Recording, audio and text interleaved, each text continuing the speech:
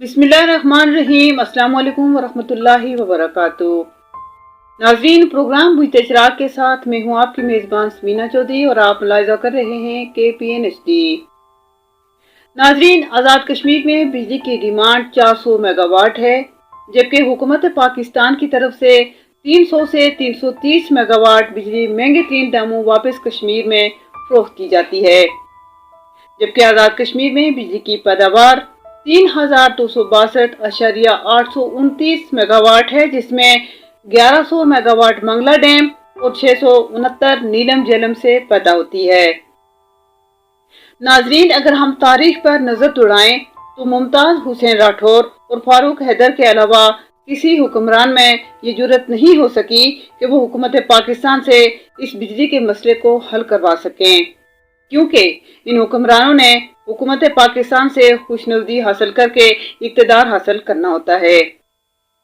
अगर हम इतनी पैदावार कर रहे हैं तो बिजली फ्री देने की बजाय सबसे ज्यादा लोड शेडिंग आज़ाद कश्मीर में होती है, और इस लोड शेडिंग का एहसास हुक्मरान तबके को इसलिए नहीं होता कि वो इस बैरिया टाउन और सेंटोरस और इस किस्म के दूसरे इस्लामाबाद के महंगे तरीन इलाकों में हैं और आवाम का खून चूस कर अपने आयाशों में लगे हुए हैं, और उनकी खातर जिंदाबाद के नारे लगाने वाली बेवकूफ मखलूक को वो सिर्फ टिश्यू पेपर की तरह इस्तेमाल करके छोड़ देते हैं, और इक़्तिदार में जाने के बाद उनके लिए हुक्मरानों की तरफ जाने वाले सारे रास्ते बंद कर दिए जाते हैं, और वो बिजली वो जिंदगी की दीगर सहूलियात के लिए तड़पते रहते हैं।